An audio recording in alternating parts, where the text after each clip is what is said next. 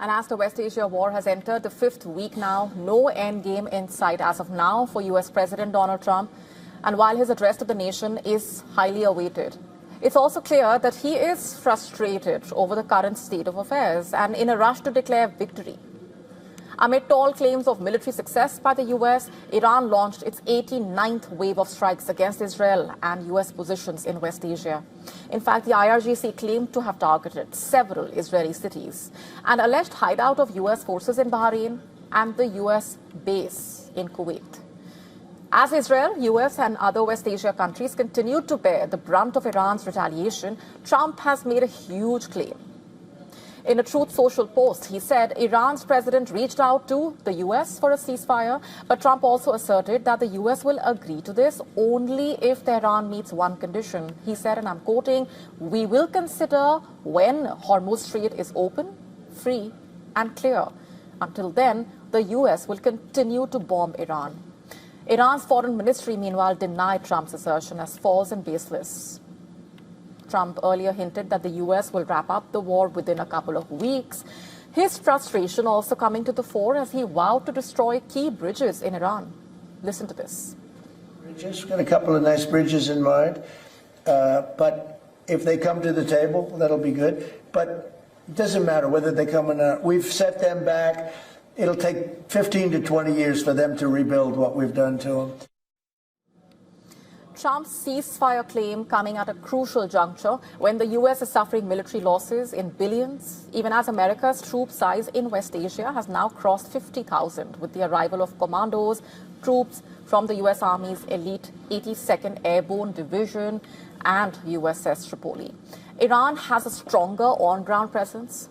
As per Iranian state media, the country has close to 800,000 personnel across the army, IRGC, Basij. That's what they claim. This also raises a key question here. Is domestic pressure finally hurting Trump? American consumers, after all, are also feeling the pinch of what's happening. The deep supply chain disruptions caused by the war. For example, gas prices jumped past an average of $4 per gallon for the first time since August 2022. Public opinion against the war is also mounting. As per the latest poll conducted by Reuters, 66% of Americans expressed their desire for a quick end to the war, even if the Trump administration's goals are not met. 66% of them. Even among the Republicans, 40% favor the war ending quickly. Very interesting. Now, if Trump does announce a ceasefire, another question also rises. Can he ensure that Israel will abide by his announcement? While the IDF itself has admitted the shortage of thousands of troops, the Israeli Prime Minister has also signaled that his country will continue to target Iran, with the Houthis and Hezbollah joining forces with Iran to pound Israel. It remains to be seen if Tehran will also adhere to a potential ceasefire announcement. Iran has openly flagged a lack of trust in the US and made it clear that no one can dictate terms to it. They have tested us many times. We do not accept deadlines. What matters to us is safeguarding the interests and rights of the Iranian people. No one can impose a deadline on us. With NATO allies refusing to get embroiled in the war, it is quite apparent here that Trump will eventually seek an off-ramp to try and wriggle out of the situation. That's a major possibility. Even if the guns fall silent, say tomorrow, the shock waves of this West Asia war will continue to echo and ripple across the global economy. A lasting gulf of insecurity that will haunt markets, the supply chains, households for months to come. The war in the region is not just a regional conflict after all. It's a systemic economic disruption with global consequences, far-reaching ones. Australia's Prime Minister has already warned that the economic impact will be long-lasting. He's not the only one. From Europe to the Gulf, governments, industries are preparing for a prolonged period of instability. The months ahead may not be easy. I want to be upfront about that. No government can promise to eliminate the pressures that this war is causing. I can promise we will do everything we can to protect Australia from the worst of it. At the heart of this crisis lies one critical energy choke point. The near halt in shipments through the Strait of Hormuz has sent shockwaves through global energy markets. Oil, natural gas, fertilizer prices have all surged sharply, leading to a rise in the cost of living around the world as well.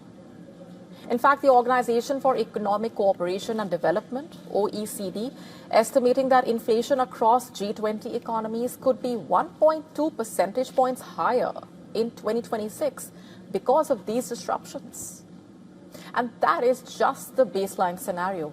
In a worst-case outcome where energy prices remain elevated for longer, global growth could slow down further, dropping by an additional 0.5 percentage points, while inflation could climb even higher. But then the impact also goes far beyond energy, of course. The Strait of Hormuz is not just an oil route after all, it's a lifeline for global trade. The disruption has choked the flow of critical materials as well, like urea, ammonia, that are essential for fertilizers, driving up the food costs and also deepening the food insecurity in vulnerable nations. The damage on the ground is also quite significant. More than 40 energy assets across the region have been severely damaged. Major producers have declared force majeure. Production has been interrupted. Exports of petrochemicals, raw materials hit hard. Even if shipping resumes, say tomorrow, for example, the backlog, the infrastructure damage, the loss of output will take months, if not longer, to recover. Europe is already bracing for impact. The European Union is considering emergency measures, something that resembles the 2022 energy crisis response, when Russia, remember, had shut out oil and gas supply. These measures include cutting electricity taxes, reducing grid costs, and even urging citizens to drive less, fly less, and work from home. Countries are delaying clean energy transitions, reviving coal and introducing industrial aid schemes. But then perhaps one of the most striking consequences is in a less discussed, critical helium market. The war has severely disrupted global helium supply, with major production hubs impacted, export routes blocked. So this is a serious matter. Helium, after all, is essential for medical imaging, semiconductor manufacturing, advanced technologies, including electric vehicles, aerospace systems. Supply was tight even before this war started, but now the shortage could last years. Demand is expected to double by 2035, but supply chains are now more fragile than ever. What this also points to is a single sobering reality. This war is not just a moment, it is a multi-layered economic shock.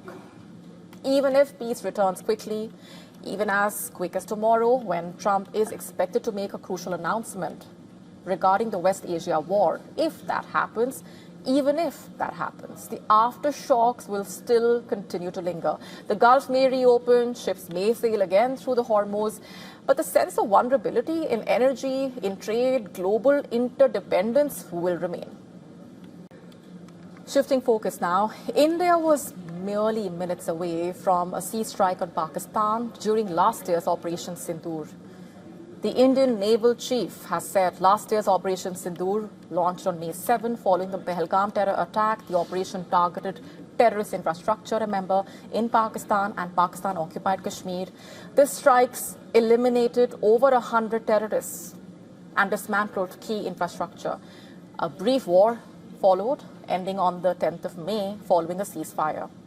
And while addressing the naval investiture ceremony in Mumbai, the Admiral said Indian naval units had maintained swift deployment and readiness throughout Operation Sindoor, adding that Pakistan requested for a halt before strikes were carried out.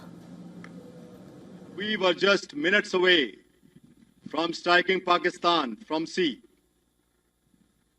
when they requested stoppage of kinetic action.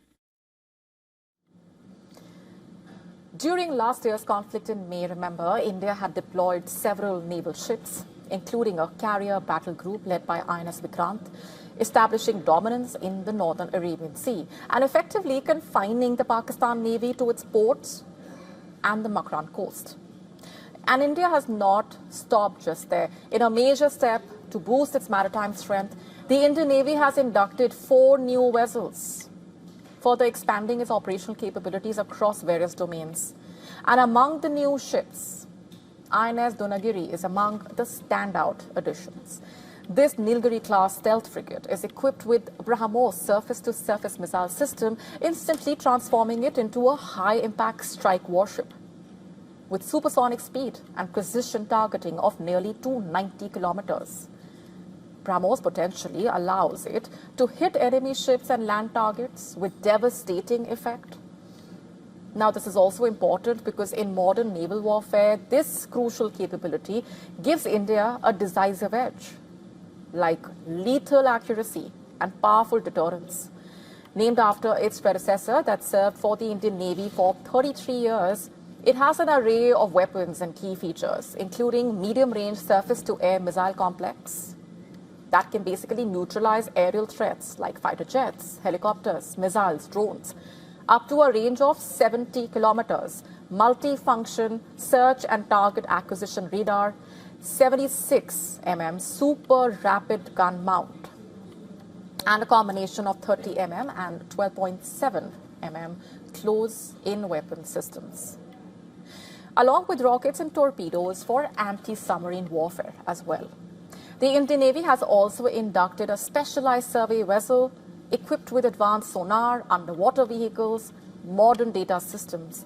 This ship will basically map coastal and deep sea regions, supporting both defense preparedness as well as civilian maritime activities. On the anti-submarine front, the Indian Navy has added Agre and Malwan.